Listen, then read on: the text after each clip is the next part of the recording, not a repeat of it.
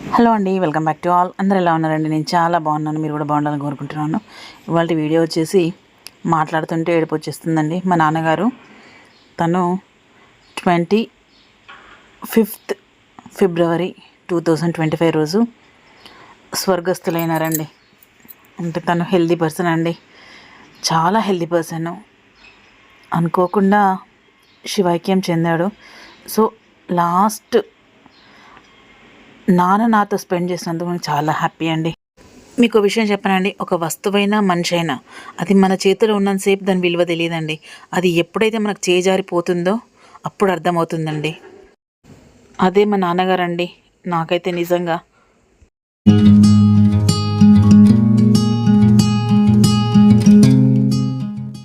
So మాది చాలా పెద్ద ఫ్యామిలీ అండి. నాన్నకు 5 సంతానము, 3 బిడ్డలు, 2 కొడుకులు. ఇప్పుడు కనిపించేది మా మేనత్త, మేనమామ అనమాట. సో నాన్న యాక్చువల్లీ చనిపోయి 25/2/2026కి ఎగ్జాక్ట్లీ 1 ఇయర్ అండి. అసలు చూస్తుండగానే 1 ఇయర్ అయిపోయిందండి.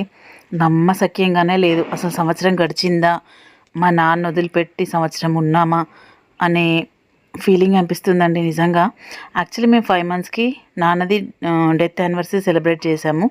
నిజంగా యానివర్సరీ మట్టుకు ఇవ్వాలి అండి, 25/2/26.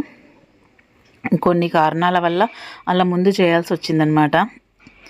నిజంగా చెప్తున్నానండి, నాన్న ఇంకొక మాట చెప్పాను మీకు, నాన్న లాస్ట్ డేస్ నాతో ఉన్నారు, చాలా హ్యాపీ అని. ఎందుకన్నానంటే నాన్న అనుకోకుండా సిక్ అయ్యాడు. సిక్ అయ్యి హాస్పిటల్లో అడ్మిట్ అయితే ఆ ఉన్నన్ని రోజులు నాతో స్పెండ్ చేసిన క్షణాలు నాకు చాలా విలువైనవండి. అంటే ఎవరైనా మంచిగా ఉన్నప్పుడు చూసుకునేదానికంటే అలా సిక్కున్నప్పుడు చూసుకున్న విలువ వేరే ఉంటుంది. ప్లస్ ఆ ఫీలింగ్స్ కూడా డిఫరెంట్గా ఉంటాయండి. అంటే వాళ్ళ మనసులో ఏం జరుగుతుంది, ఆ సంఘర్షణ ఏంటి, వాళ్ళు పడే తపన ఏంటి, వాళ్ళు ఏం అనుభవిస్తున్నారు, మనకి ఏం చెప్పాలనుకుంటున్నారు, అసలు ఆ భావానికి అర్థం వెతకడం చాలా కష్టమైపోయిందండి. ఇది హాస్పిటల్లో నాన్నతో ఉన్న రోజుల్లో నేను నాన్నని ఇలా ఒక చిన్న పిల్లల్లా చూసుకున్నట్టు అనిపించిందండి. నిజంగా మా నాన్న టైగరు, అలాంటిది ఒక చంటి పిల్లల్లో అయిపోయిందండి నిజంగా. అలా నేను పుట్టింది కరీంనగర్లో, మళ్ళీ నాన్న నాతోనే నా కరీంనగర్లో నాన్నతో నేను 11 days స్పెండ్ చేశాను అంటే కూడా చాలా హ్యాపీగా అనిపించిందని చెప్తానండి. ఎందుకంటే సాడ్ అని చెప్పను, నాన్న చెప్పక చేయకపోతే బాధ అనిపించేది. సో ఇది నాన్నది ఏంటంటే బయటకు వెళ్దాము అంటే నేను తీసుకెళ్ళిన ట్రిప్పు అదే లాస్ట్ ట్రిప్ అవుతుంది అనుకోలేదండి. ఆ రోజు అనుకోకుండా నాన్న దగ్గరికి వెళ్ళాను. నాన్న ఇంట్లో బోరు కొడుతుంది, బయటకు వెళ్ళొద్దాం పదండి కాసేపు అంటే మా కోడలు మేము అందరం కలిసి అలా తిరిగేసి వచ్చామండి. నిజంగా లాస్ట్ ట్రిప్ అదే అండి నాన్నతో నాది. ఆ ట్రిప్ తర్వాత మళ్ళీ ఈ ట్రిప్ పెట్టాడండి నాన్న. ఆ రోజు మేము కారులో తీసుకెళ్తే మేము మొయ్యట్లేదని చెప్పేసి మా భుజాల పైన తీసుకెళ్ళేలా చేశాడండి మా నాన్న. నిజంగా మా నాన్న పాడే మేడం చాలా హ్యాపీగా అనిపించిందండి. ఎందుకంటే మా నాన్న ఈజ్ గ్రేట్ అండి. ఎందుకంటే మనకి ప్రాబ్లం వస్తే ఒక సొల్యూషన్ చెప్పడానికి ఒక గైడ్ కావాలి మనకు. అలాంటి గైడే మా నాన్న అండి నాకు. ఏదైనా పండగలు వచ్చిన, అకేషన్స్ వచ్చిన ఫోన్ చేసి సోనమ్మ ఇంటికి రా, ఇవాళ ఈ పండగ ఉంది, వచ్చేళ్ళు తయారయ్యిరా. ఇప్పుడు ఇవన్నీ ఎవరు అడిగేవారు లేరండి. నిజంగా చాలా మిస్ అవుతున్నాను మా నాన్నని నేనైతే. మేము మా నాన్న కాల్ చేయకుండా మా నాన్న కాల్ చేసి మీరు ఎలా ఉన్నారు అని అడిగేవాడండి.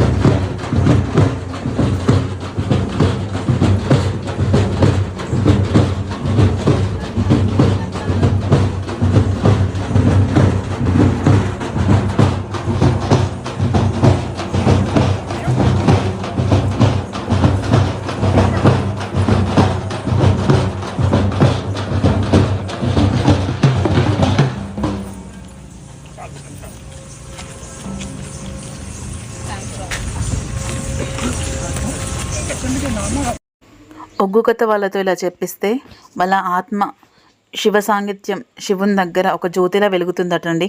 అందుకని మా నాన్న పేరు మీద ఒగ్గు వాళ్ళతో చెప్పించానండి. చూడండి ఆ వీడియో. ఒగ్గు కథ అంటే శ్రీకృష్ణుడు పుట్టినటువంటి చరిత్ర.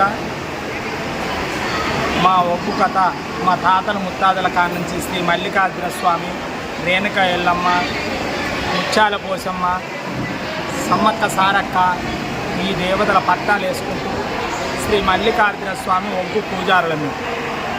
ఆ మల్లికార్జున స్వామికి సట్టి శ్రావణం ఎన్నో 6 నెలలు ఆ భగవంతుడు మల్లికార్జున స్వామి పట్టాలు వేస్తాం. వితౌట్ రోజులలో ఇట్లాంటి వేరే ఎవరన్నా చనిపోతే 11 రోజుల నాడు దినకర్మ నాడు సంవత్సరీకం నాడు ముగ్గు కథ చెప్తాం. అంటే సచ్చిన జీవి స్వర్గంలా నిద్రపోవాలి, ఆ శివుని పాదముల ముందు అమర జ్యోతాయి మెలగాలి. మరి శివరాత్రి నాడు మన శ్రీ రాజరాజేశ్వర స్వామి ఆలయంలో దీపం ముట్టించి జాగారం అంటే మనం ఎట్లా ఒక్కపోతూ ఉంటామో ఈ సచ్చిన జీవి కూడా నువ్వు ఉన్నప్పుడు నా కొడుకులు నా బిడ్డలు నా ఆత్మీయులు అన్నవు, మరి నీ బలగమంతా 11 రోజుల నాడు దినకర్మ దాకానని ఎవరన్నా వెదిరిసూత్తురు నీ గురించి అని శివుడు అడుగుతాడు. అందుకే ఈ రామన్న కీర్తన అంటే ఒగ్గు కళాకారులతోటి ఈ కథలు ఇప్పించుకొని రాత్రి తెల్లం దాకా మన చుట్టాలు బాంధవులు అందరూ కూర్చొని ఆ సచ్చిన పెద్దల పేరు మీద కీర్తన చేస్తూ ఉంటే వింటూ బాధపడుకుంటూ సచ్చిన వారిని ఆది చేసుకుంటూ కూర్చుంటే నా బలిగం నా గురించి బాధపడుతున్నారా అని ఆ 11వ రోజు నాడు స్వర్గం పోద్దట తన జీవి. అందుకే ఈ ఒగ్గు కథలు ఈ దినకర్మ నాడు ఇప్పిస్తారు. అంటే శవం ఉంటే కూడా ఒగ్గు కథ చెప్తారా? చెప్పచ్చు. అంటే కొంతమంది ఇప్పుడు శవం ఉంచాల్సి వస్తుంది ఒక రాత్రి అంతా, అప్పుడు ఒగ్గు కథ చెప్తారా మీరు? చెప్తాం కానీ అప్పటి ఖర్చు ఎక్కువ ఉంటుంది. ఓకే, మేము ఒగ్గు పూజ అల్లం కాబట్టి మళ్ళీ మా ముట్టుడు అది పోవాలంటే ధర్మపురు పోవాలి, మాకు ప్రత్యేకంగా వేరు ఉంటుంది. అది చేసుకోవాలంటే కొంచెం డబుల్ రేట్ అవుతుంది. ఓకే. ఈ ఒగ్గు అంటే మల్లన్న ఎల్లమ్మ వీళ్ళకే సంబంధం ఉంటుందా? శ్రీ మల్లికార్జున స్వామి, వీరప్ప దేవుడు, రేణుక ఎల్లమ్మ, నల్ల పోచమ్మ అందరు బండారికి సంబంధించిన బండారికి సంబంధించి మరి పాల పూజ. ఓకే. మల్లికార్జున స్వామి పట్టాలు ఎత్తాం కాబట్టి మరి పాల పూజ, వీరప్ప స్వామి పట్టాలు వేసిన వాళ్ళు బీరునోళ్ళు ఉంటారు మాకు మా కులపల్లె, మళ్ళీ రక్త పూజ, మరి పాల పూజ. Okay okay. ఇట్లా పట్టణం లోపల నా జన్మనిచ్చిన నా తండ్రి పరంధాము లేడాని మరి 5 బిడ్డలు, ముగ్గురు బిడ్డలు 2 కొడుకులు, మరి 2 కొడుకులు లక్ష్మీ పార్వతి సరస్వతి లెక్క 3 బిడ్డలు, మరి 2 కొడుకులు.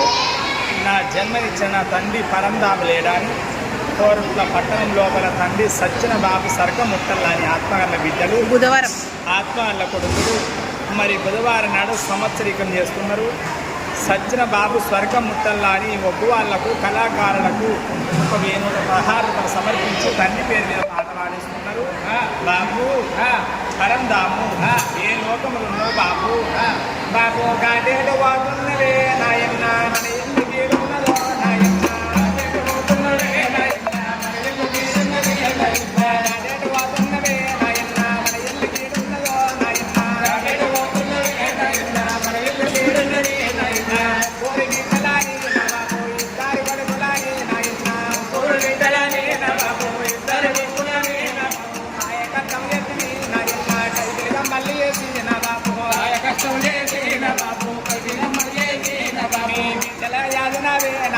కొడుకులు పెంచినవే పరంధాము, కడుపు కట్టుకొని నాయన్న మా కడుపు చూసినవురా పరంధాము,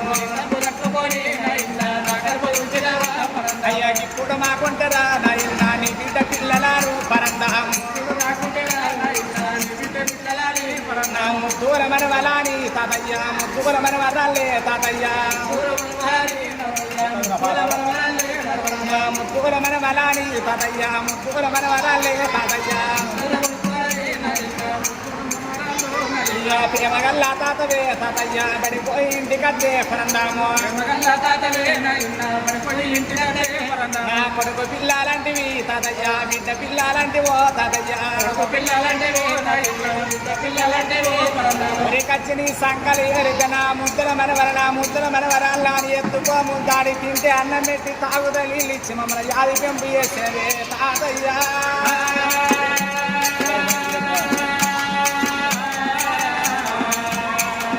పోతున్న బిడ్డలాల నా బిడ్డలు బాబు వెళ్ళిపోతనే నా బిడ్డలు, మీ బాబు లేడవాని బిడ్డలు అవ్వగారింటితో నా బిడ్డలు, మీ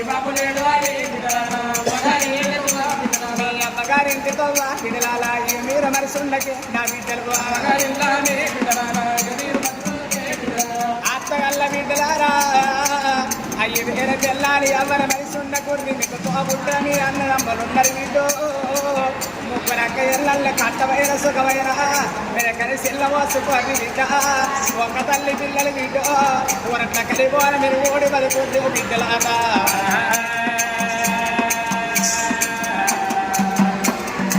తండ్రి మీద ప్రేమ ఉంటే బిడ్డ ఆడాది ఒక్కనాడు పెత్తర మాసాని వస్తుంది బిడ్డ పెత్తర మాసనాడు పెద్దలు పిలిపించి తమిడు నెరసోడు బాబు పరందా వారి పేరు చెప్పి నా పేరు మీద మీరు దానం చేస్తే బిడ్డ నా బిడ్డలు సర్ది కట్టిరు నా కొడుకులు సర్ది కట్టిరు రాని ఆనాడు మీ సీతలు అన్నవి తింటారు ఏ బిడ్డలు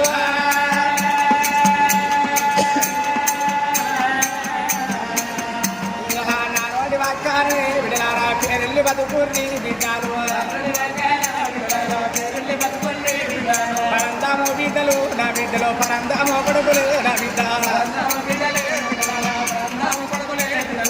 ఓరట్ల పట్టణం లోపల కోమటి పరందామంటే పేరెళ్ళ చేద్దవలసి నేను ఉన్నన్ని కాలాలు బిడ్డ అందరిను అల్లల్లారెడ్డి పండు లెక్కని ఓడి ఉన్నా నా లెక్క బిడ్డలారా నా లెక్క కొడుకులారా నేను లంగల సోబులు దొంగల సోబులు పట్టకుండా బిడ్డ పరందాము కొడుకులు అంటే పరందాము బిడ్డలు అంటే ఉన్నన్ని కాలాలు మీరు పేరెళ్ళి బతుకుంటే బిడ్డలు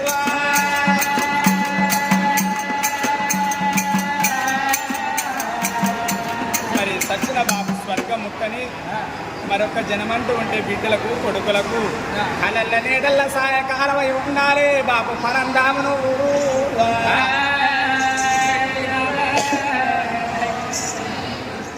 సో ఇదండి ఇవాళ వీడియో. యాక్చువల్లీ వీడియో చేయడానికి గల కారణం ఏంటంటే ఒగ్గు కథ చెప్పించాను నాన్నకి. సో నాన్న ఆత్మ ఎక్కడున్నా ప్రశాంతంగా ఉండాలనే నా ఆశ, నా కోరిక అన్నీ అండి. మా నాన్న ఇక్కడ ఉన్నప్పుడు ఎంత స్ట్రగుల్ పడ్డాడో తను ఆ పైన అంత సేద తీరాలనే నా కోరిక అండి. సో ఇదండి ఇవాళ వీడియో. ఎలా అనిపించిందండి? చూసి like, share, comment and subscribe my channel. Bell icon press చేయండి ఫర్దర్ నోటిఫికేషన్స్ కోసం. థ్యాంక్స్ అండి. నాన్న నువ్వు ఎక్కడున్నా నీ ఆత్మ ప్రశాంతంగా ఉండాలని కోరుకుంటున్నాను నాన్న.